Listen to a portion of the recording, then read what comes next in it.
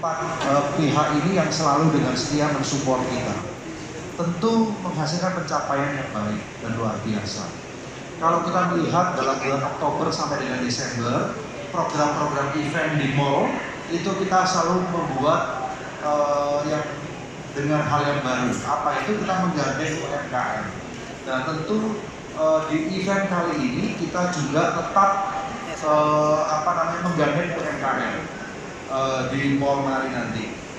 Mengenai market, kita berhasil tahun 2022 itu menjual 21.200 unit kendaraan baru. Tepuk tangan dong.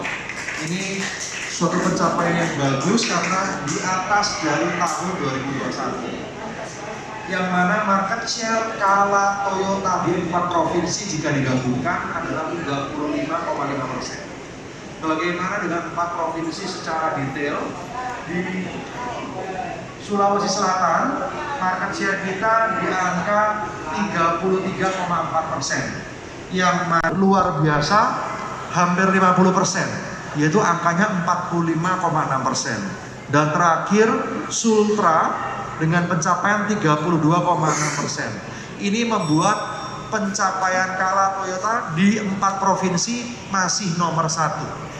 Nah, bagaimana dengan tahun ini? Tahun ini kemudian apa yang berbeda dengan di Januari ini dengan event sebelumnya. Kemudian jangan lupa kita juga punya program unggulan, yaitu tukar mobil lama dengan mobil yang baru. Kita berikan subsidi yang khusus senilai 5 juta. Dan yang berbeda adalah Kala Toyota khusus bulan ini memberikan bunga 0%. 0% ini bukan tipu-tipu, bukan gimmick, tapi ini real yang kita berikan 0%. Itu yang tidak dimiliki oleh merek-merek lain. Dari saya itu saja, tidak ada yang lain.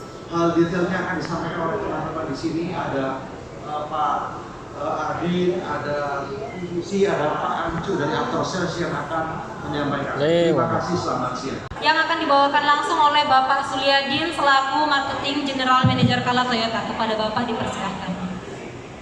Bismillahirrahmanirrahim. Pak Ade memang paling sulit. Ya. Oke, Bismillahirrahmanirrahim. Assalamualaikum warahmatullahi wabarakatuh. Waalaikumsalam. Selamat siang menjelang sore. Yang pasti